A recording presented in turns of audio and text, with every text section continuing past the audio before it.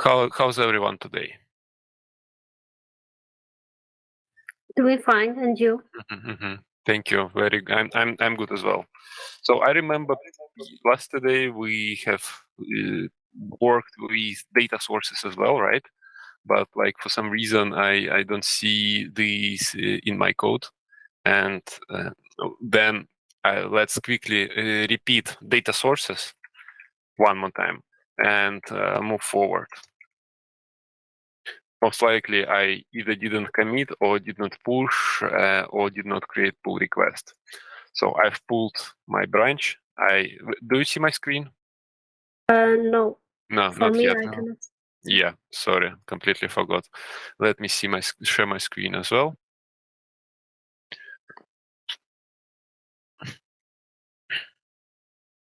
Okay, very cool. So typical situation, I checked out main, I pulled everything and created a new branch, right? So let's declare some data sources.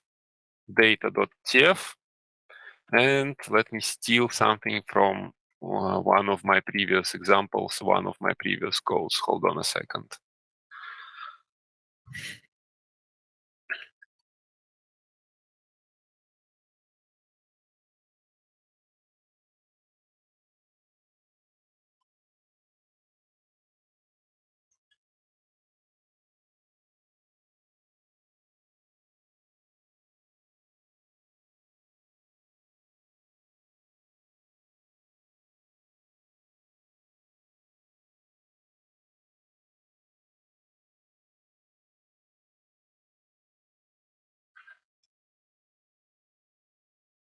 So usually we put data sources in a separate file called data.tf. So once again, we're using filter to define like human readable names, human readable criteria that will allow Amazon to choose proper AMI and properly select it and return AMI ID to us. And in our instances, instead of hard-coding AMI directly, we just pasting reference to this data block, data, AWS AMI, Amazon Linux, and .id. Same here in our public instance. Okay. Let's Terraform apply. Actually, Terraform plan, no need for apply yet. Okay, very cool. That was for data sources. And yeah, we've done this yesterday. I just forgot to commit, and yeah, lucky me, I suddenly remembered not to make the same mistake twice. Let me commit this and create a pull request, and we will move forward to the next task that we will cover today.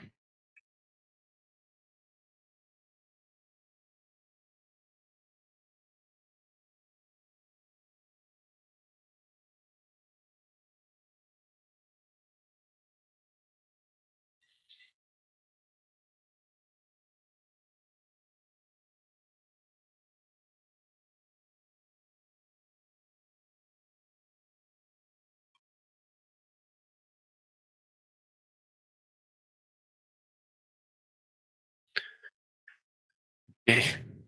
Never forget to check out main and pull before we start doing something. And for today topic that we have is thing called user data. Have you guys heard about user data in AWS?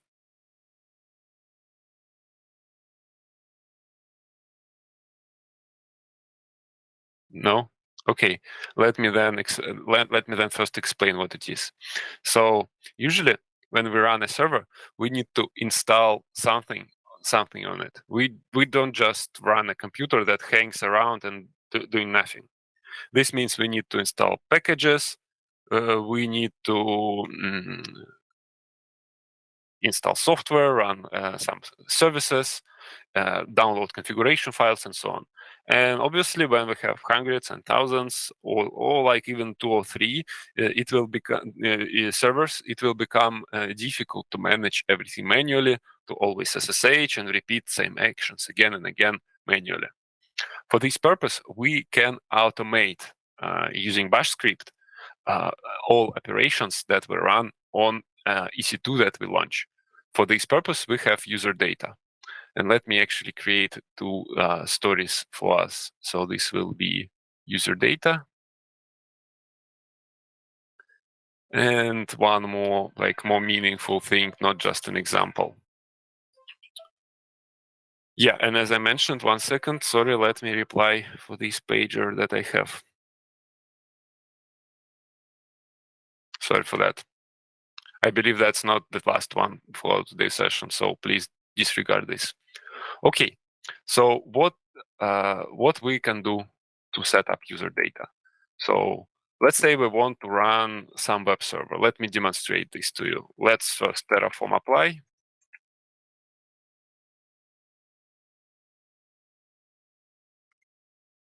Once this is applied, I will SSH and first do things manually, like in a traditional world, how would old-fashioned system administrator could have done this.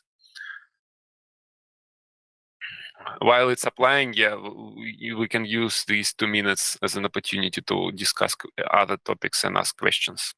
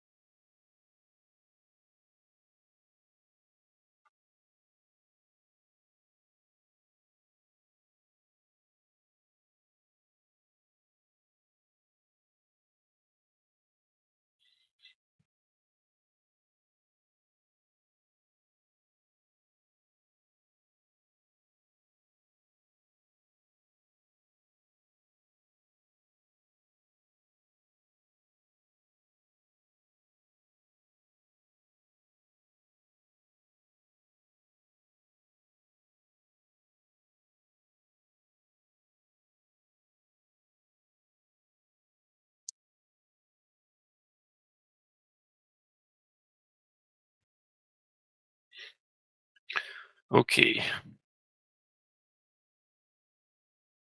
As usual, typical regular steps. We just enable SSH agent. We don't need yet port forwarding, just SSH using our standard EC2 user.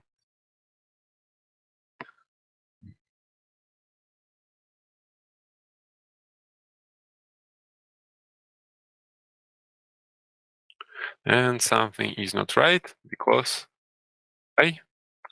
it's timing out. Do you guys remember how we troubleshoot SSH timeouts? So I believe it will be a security group issue. Exactly. On the firewall. That's right. Yeah, it looks like my public IP has changed. Let me find out.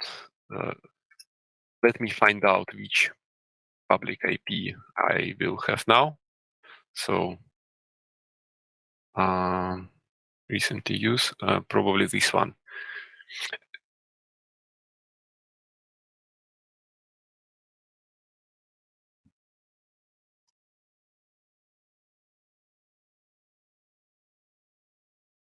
No, still nothing. So then we should go to what's my IP? What is my IP? This one. And update variables.tf with the new IP address. I'm using VPN not to expose my real IP address due to security issues because we're uploading this to YouTube. That's why it's always changing. Let's apply.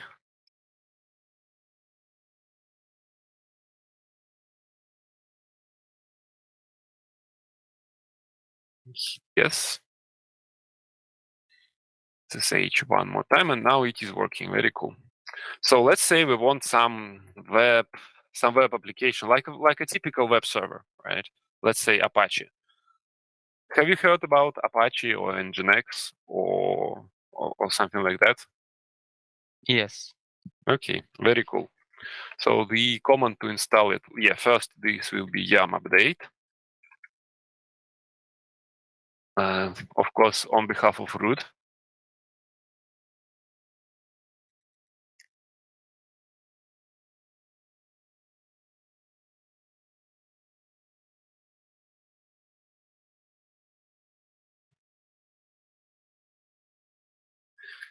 After that, yum install httpd. Like this, always forgetting to add sudo. And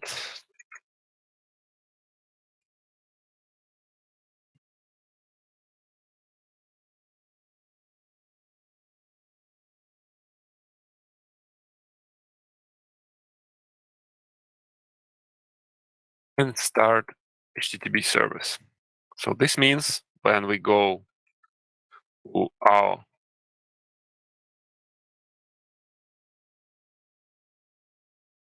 local host, it will return HTTPD. And if we open additional port 80 for our ingress,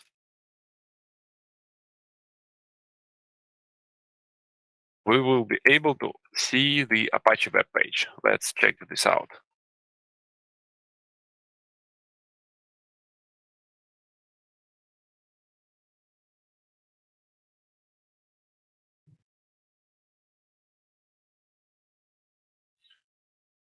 Now we can go to our web browser and open this IP address. And what you think we will see? We will see standard Apache default web page. Okay, so the thing is that it's not that easy in real world. In real world, it will be more than just installing single package and starting a single service.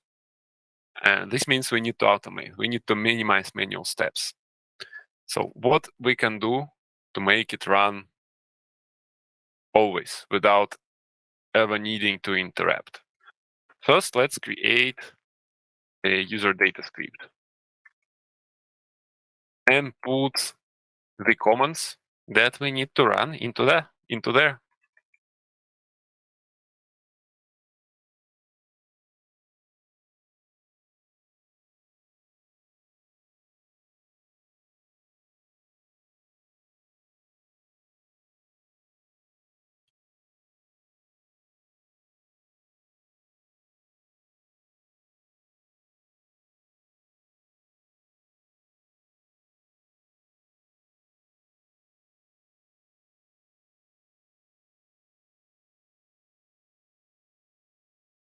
Okay, let me check one more thing. 1 second.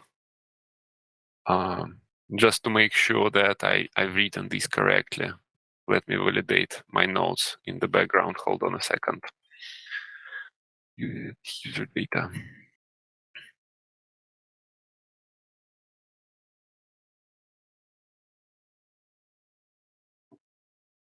Okay, yes. And in our instance, what we could do is specify additional parameter called user data. And what essentially we will do is open this file and pass it to our instance. So I believe you already can guess what will happen next when we run Terraform apply.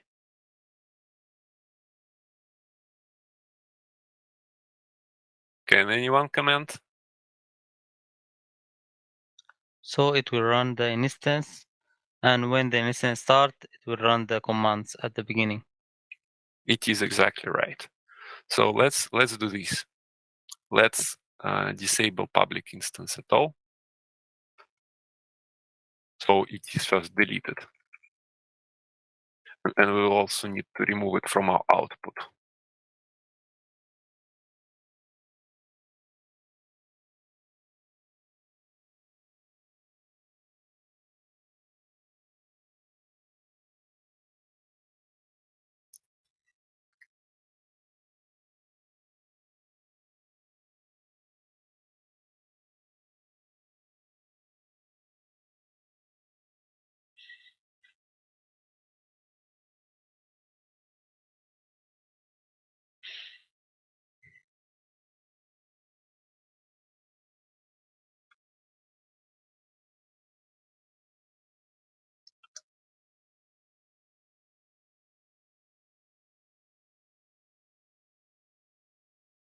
Okay, it says it is destroyed. Let's also validate it in our AWS console, in our AWS management portal.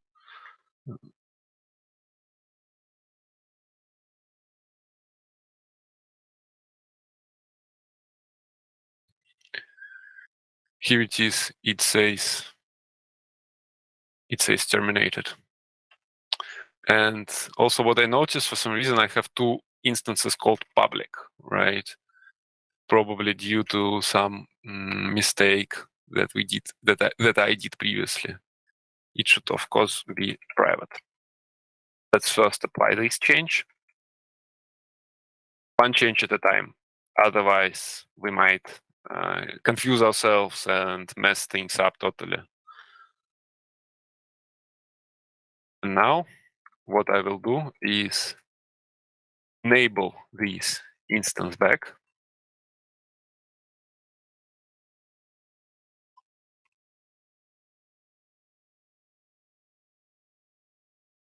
And to have it even more explicit, I will run this command.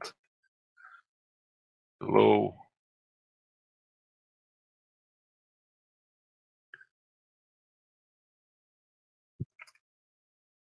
Let it be that obvious.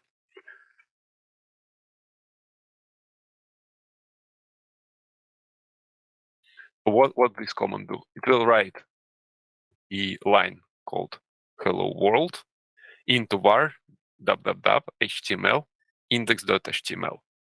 And this page that you see in the screen is exactly the content of index.html. It even says you may add a contact to the directory html and it will be served.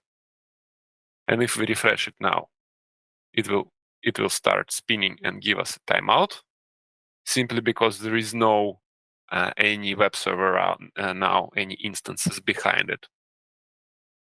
All right. Let's make sure we saved everything.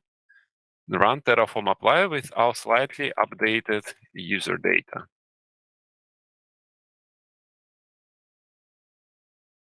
You forgot to print the public IP of the instance. No, I did not forget. I uncommented out. Here it is. Oh, okay.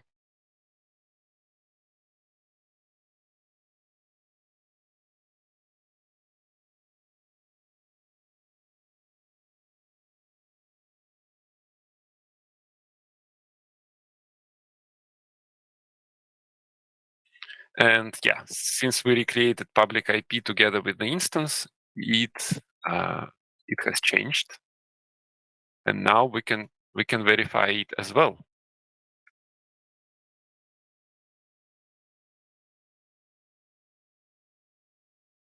It might take some time for user data to be processed.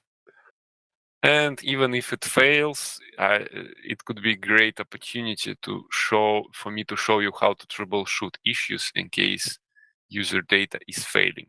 But not that easy, not like that. It is working. He's saying hello world, like new updated message. Okay, very cool. That was the first task.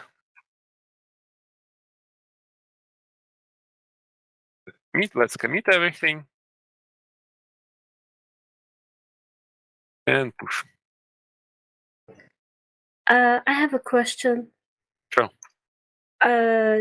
Like what we have done now, like when we talked about, like when we wanna like have multiple instances and like have a certain basic configuration, like certain packages already installed on it, and we use this bash like script. The same thing can be done with tools, configuration management tools like Puppet and Chef. Is that correct? It is totally correct, but Okay. you still need some way that will allow you to deliver the agent of this configuration management software. It could be Puppet agent, Ansible doesn't have one, or Chef agent. You also need some config files that should be downloaded on the node. before it's even connected to chef or Puppet, right? Okay. That's Yes. why user data still required, still reasonable, still useful for us. Understood. Okay, yeah, I have pushed this, and now let me create a pull request for you guys.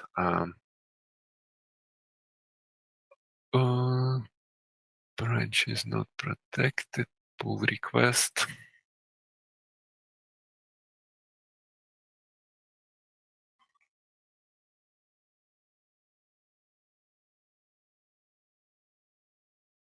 It says behind main. 1 second, very strange.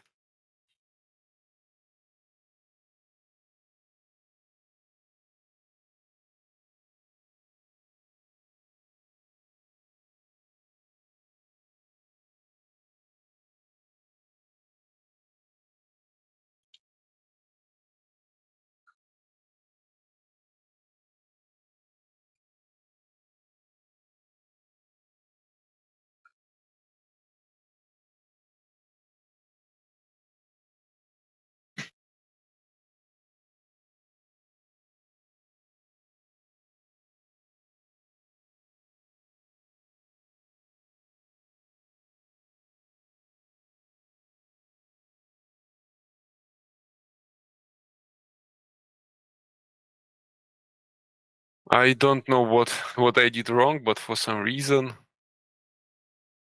somehow. Okay, never mind. I already merged it. I was distracted. Yeah, sorry. It was very confusing for me. Okay. Let's pull again. Delete the previous branch. Actually, never mind. So now let's let's deploy something more interesting, right? Just deploying hello world is boring and not exciting at all. For example, there is a cool HTML-based game that we can host called 248. Have you seen this? Have you played this before? It was very popular, like maybe 7 years ago. Yes. Actually, I have a question. Mm-hmm. So can we create our own AMI Yes, we can. with packages installed and then use the user data to copy the source code or clone it from GitHub? Yes, definitely. Very good question. So yeah, the topic for today is for sure user data, but creating your own AMI is like alternative approach. Both of them have advantages and disadvantages. Advantage of AMI is that your packages will be available immediately and it will take faster to start the node. But you have to maintain it. You have to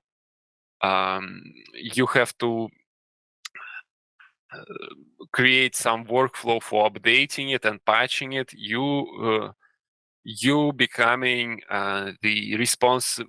you becoming an owner and maintainer for this AMI. In case of user data, it is easier, it is faster to make changes, but it will take probably like additional seconds to start the instance when it is required. And yeah, we will still use user data, and probably in some advanced use cases, we will also talk about tools like Packer to create our own AMIs, but not for now. Okay, so this 248 game is actually source code for it is located on GitHub. So let's SSH into our node and basically first configure it manually.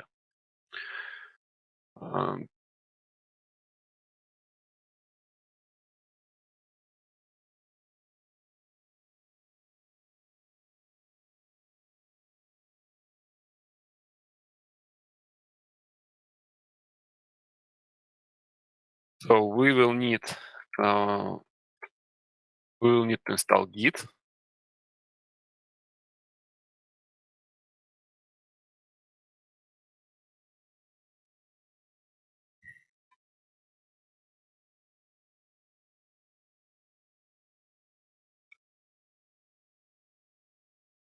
We will clone this history, and installation is like very simple. We just need to copy the entire content of the folder that we just cloned into var HTML.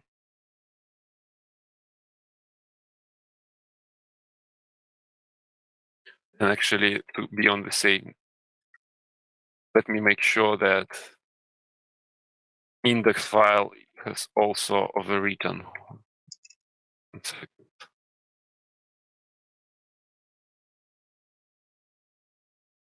Yes.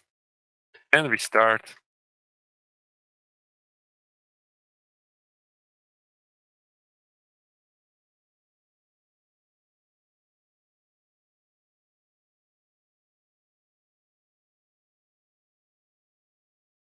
And restart our HTTPD service.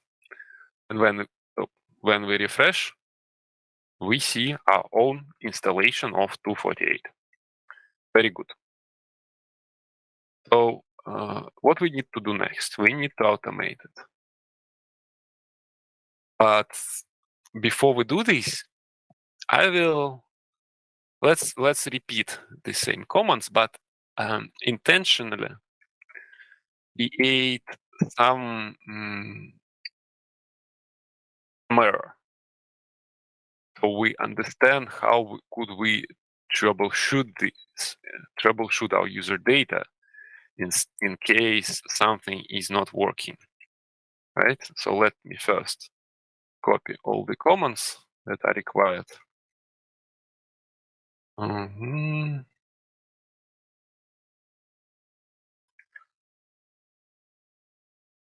Let's say we will not install Git, and we will not clone the repository, but still attempt to copy and actually not even install HTTPD.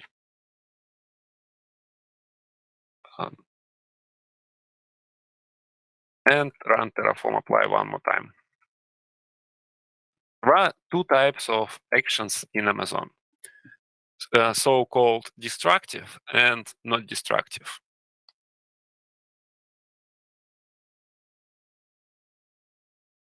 And it is very strange. I was assuming that AWS will completely recreate the instance when user data change it. At least this is how it was done previously, when you change user data and it reprovisions the instance from scratch.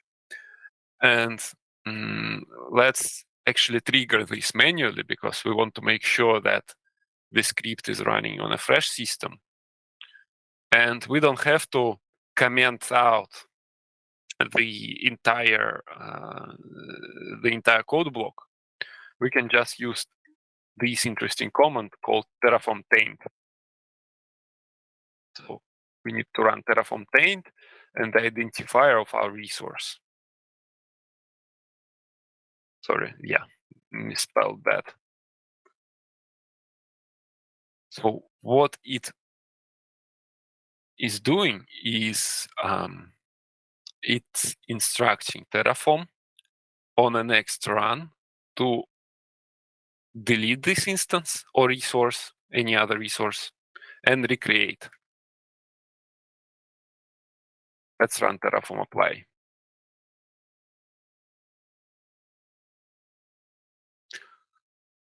So as you can see, it says AWS instance is tainted, so must be replaced. So as I described, Terraform will delete it first and create new object from our infrastructure script.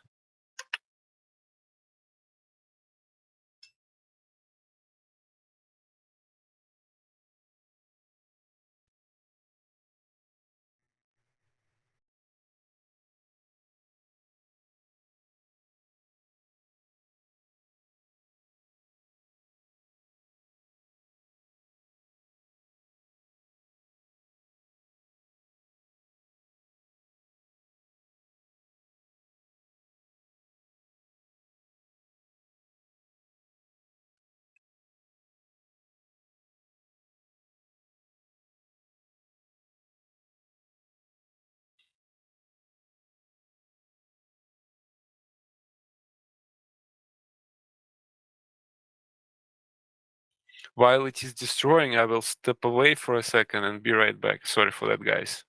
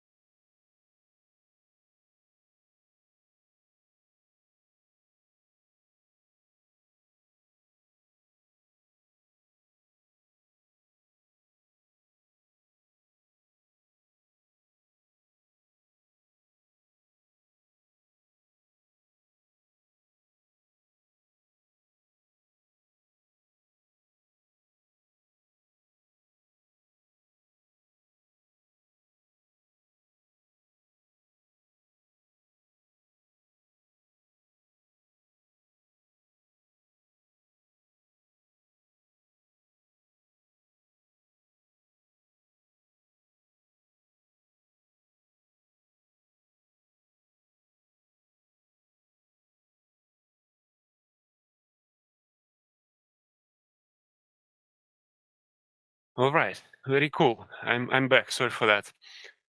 We have new public IP and new. Let's try it.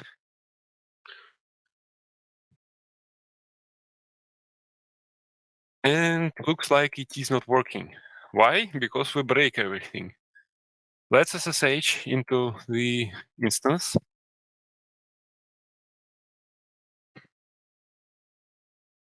And what we can do is check special log file. Everything that's run through user data is written to a special file called var log cloud init -output.log. And basically, like all output that we could have seen will be displayed here. Here it is updating things, installing some packages, and when we run cp, it says, obviously, no such file or directory, and it is not able to complete this copy operation and failing it. So when you run something in user data and for some reason it is not working, always go to cloud init output.log. Let's fix this. Simply uncomment all these lines and run Terraform taint and Terraform apply once again.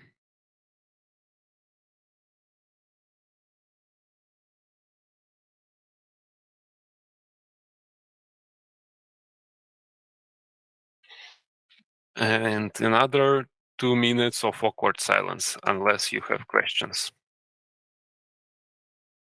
I have a question.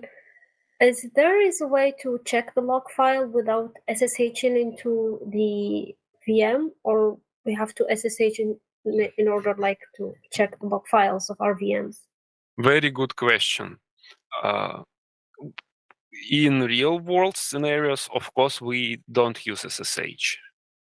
But we're moving from simple things to more complex things. That's why right now we just SSHing into the instance and checking it manually. But as I mentioned, in production scenarios, there are centralized log storage, like a database that allows you to query logs from multiple instances to analyze them. And there is a log management agent installed on the instance, which is sending these log files to this database. But not to overcomplicate things, we will, for now, just use SSH. And I anyways had to show you this cloud init output.log file, so you're aware what to check in case something goes wrong, so in case something is not working with your user data. It is like, actually, even with log management tools, you still must know this file. And like first thing you need to check when user data not working, log file from this. Either it's on the instance or it is deployed through log management, through log management software. Let's refresh once again, and hopefully it will work this time.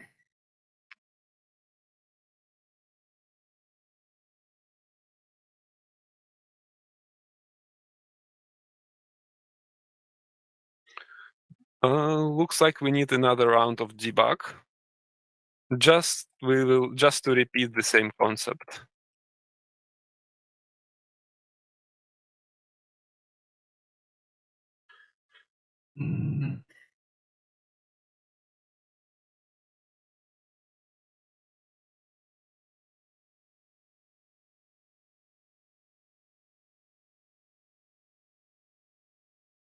No, it looks like we was not patient enough.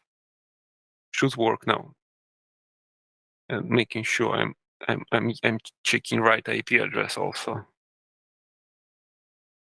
Yeah, here it is.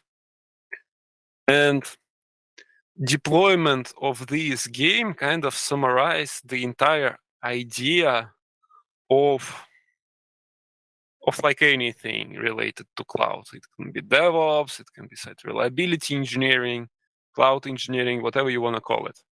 The purpose is to host some sort of web application. It can be a game or a business application or some front end, whatever. Absolutely different options here. And make sure you can automatically and effectively deploy them, maintain them. It is running according to SLAs without any interruptions. That's what we'll be aiming for in our next sessions. We'll be improving, making sure requests are evenly distributed, make sure we can properly scale the infrastructure in case it is needed, make sure it is highly available. But this will be our canary bird, our example that will always should remain working in our infrastructure. So let me then commit these changes so I don't forget it by next session.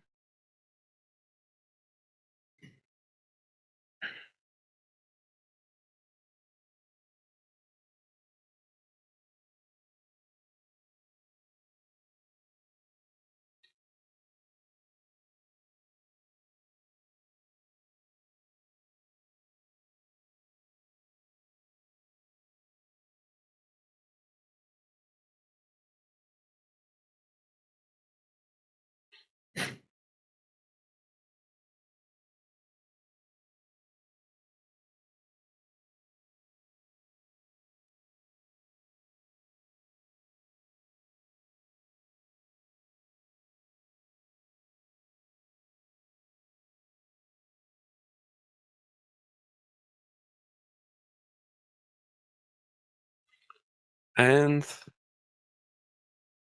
the tasks are on the board. If you're running behind, don't forget to complete the previous ones. Also, don't forget to run Terraform destroy when you're not working on anything. And if you have any questions, perfect opportunity to and last chance to ask them for today. Do you have questions, guys?